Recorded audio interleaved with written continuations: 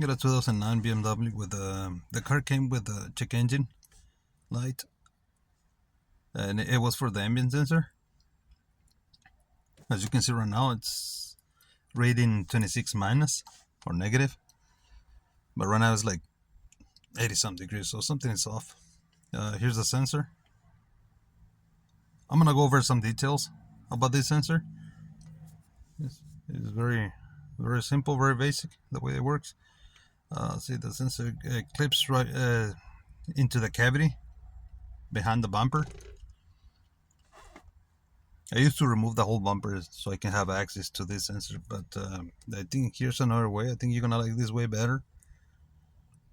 Here's the cover. You can just remove it instead of remove the whole bumper. See, it has 4 tabs that hold it in place. So what I did, I just ran my pick through there.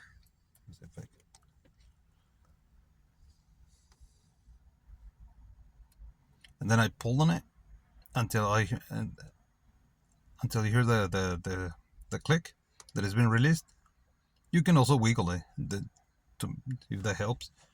But this ridge right here, that's what sits behind the bumper and to hold it in place. So you gotta bring this up for them to release. You the second one, and then the 2 upper ones should be easier since now you have more access.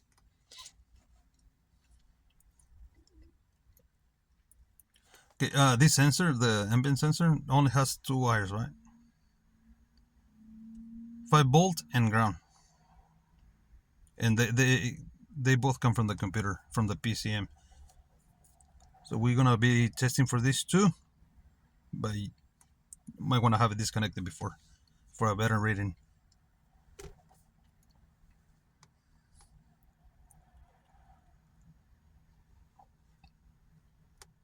Basically, the way this sensor works, it's just a thermistor. It has a resistor inside that its resistance increases or decreases with temperature.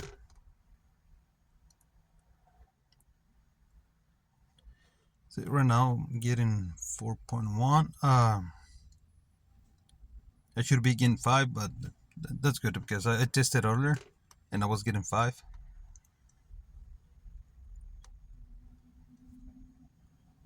But see, on the other side, I still getting the same reading. What? Oh, there you go. Yeah. I think I'm still touching the previous. Okay, let me switch it over here. Yeah, that's a better view. As you can see here, it's just an open loop. It means I'm getting nothing, no power, no ground, no nothing. So here's the 5-volt reference. Okay, we can see, we see right now when the 5 volts remain, the temperature reading is really cold, is minus negative. So that means when the 5 volts remain, if you're getting the 5 volts from the computer and the 5 volts remain, that it's the reading is going to be very cold. So if the voltage drops, the temperature reading at the PCM should go up. Okay, but if you don't have a scanner, you can test these sensors too. You can use a multimeter, and you can check resistance between these 2. You disconnect the sensor because we just you test those 2, right? The wiring, and we verify that we only get in the 5 volts, not ground. So, but if you test resistance between these 2 pins right here, and then you warm up the sensor, and the resistance changes, and then you cool it down, and then the temperature goes back to where it was, and then you warm it up again, and the resistance responds, that means your sensor is working properly.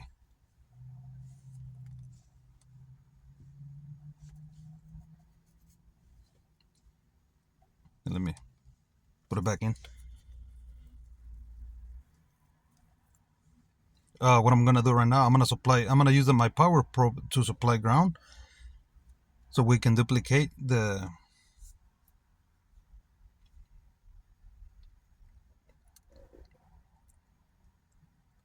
the outputs.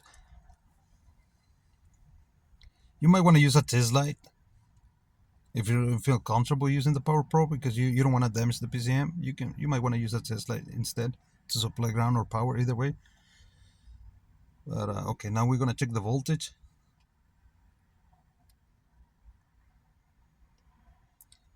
You can see right now that the voltage dropped to 1.5, and the reading for the temperature went up. We're now like 91 something.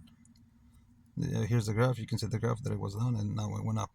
See, all is missing on this car is the ground. Now time to trace them all the way to the PCM.